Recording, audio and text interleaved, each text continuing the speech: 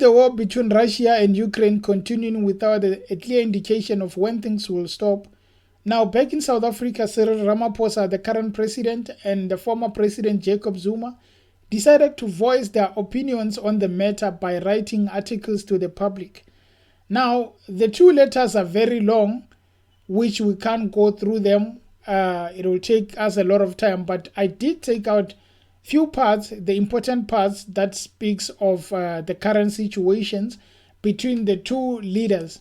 Now, starting with Ramaphosa, in his letter, he says that South Africa abstained from voting in last week's United Nations resolution on the escalating conflict between Russia and its neighbor Ukraine because the resolution did not foreground the call for meaningful engagement.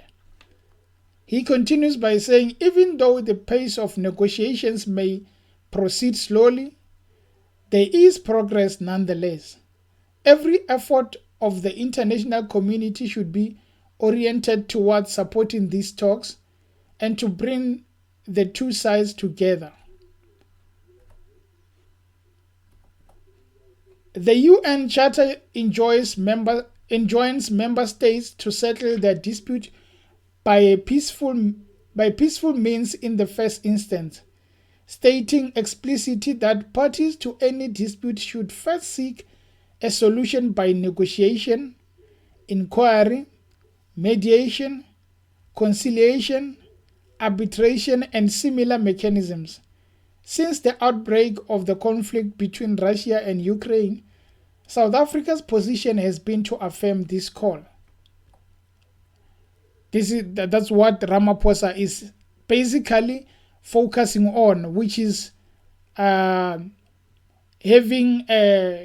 to convene talks, sit down and talk and find a clear resolution to the matter. He doesn't want to say, I stand with this one, I stand with this one, but they must sit down and talk. Now, on the other hand, I have this picture, which many would question it, but it's of former President Jacob Zuma and Putin. Now, we know they were closer than how Putin and Ramaphosa are.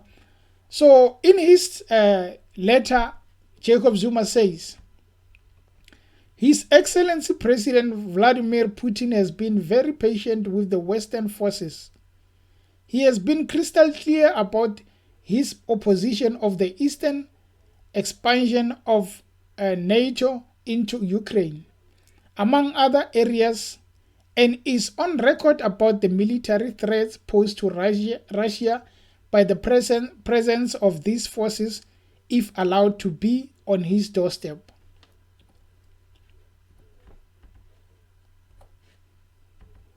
He says, countries like Russia and China, thanks to their strong political and economic independence, have managed to defend their territories from these Western bullies and must be applauded.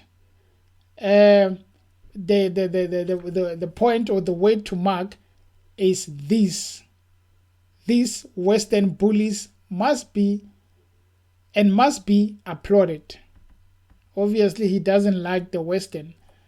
He continues by saying, in reality, the USA has not only acted to the countries around its border, but it has moved around the whole world to deal with what it has considered as threats to its national security. There are clear examples of such invasions by NATO forces in the Middle East as well as in Africa.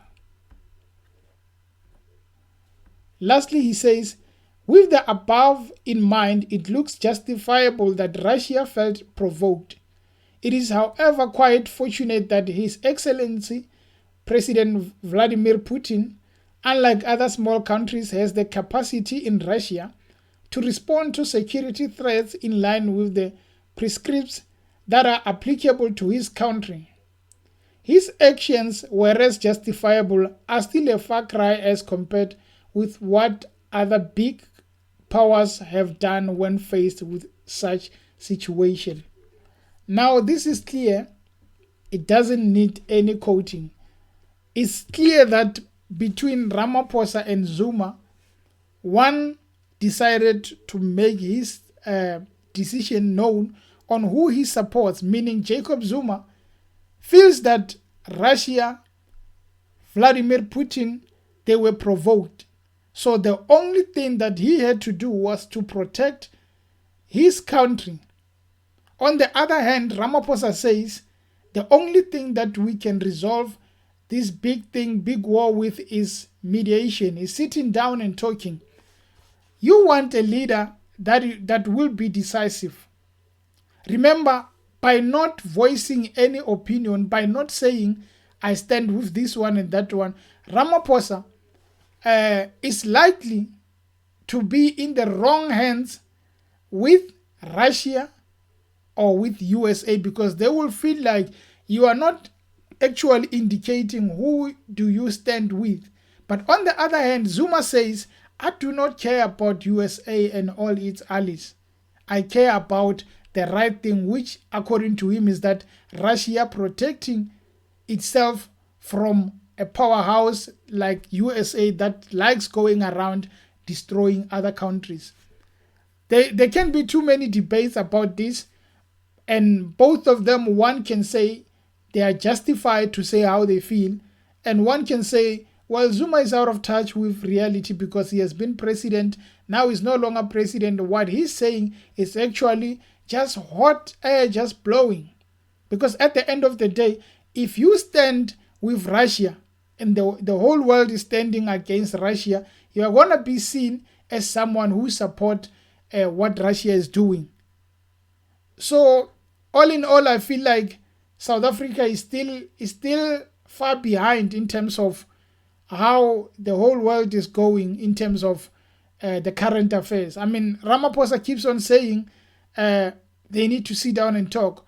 We didn't even vote. We decided, no, we are not going to make any decision.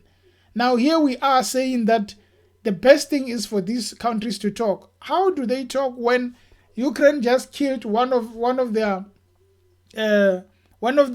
delegation who was sent there to talk to the Russian delegation? Instead of going there to talk, they felt that this guy is conspiring against them with the Russian. They killed the man. He refused to be arrested. When they wanted to arrest him, they shot him. Now, you have them doing such a thing where they feel like he's working with Russia. It's like no one can be trustable. They don't trust each other. Then how do you resolve this? So Ramaphosa says, sit down and talk. But they've been trying that all along, and nothing is happening. While on that, countries are sanctioning Russia. Maybe they are going to feel it where it hurts them more if they keep being sanctioned.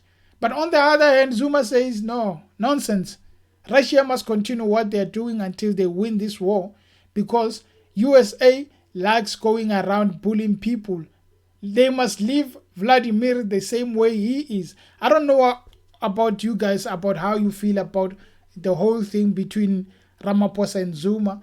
Personally, I feel like Zuma should just shut up and enjoy his retirement because he's no longer president, and Ramaphosa should man up and stop hiding behind words. It doesn't help saying all these powerful, all these big English words while you can't do anything about it.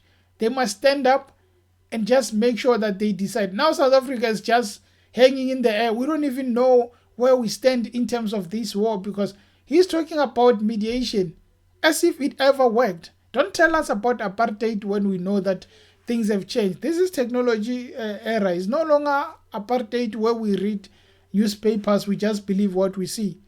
This is the 21st century where we work with iPhones. Anyway, guys, thank you for watching. I'd be very glad to hear how you guys feel about this. Cheers.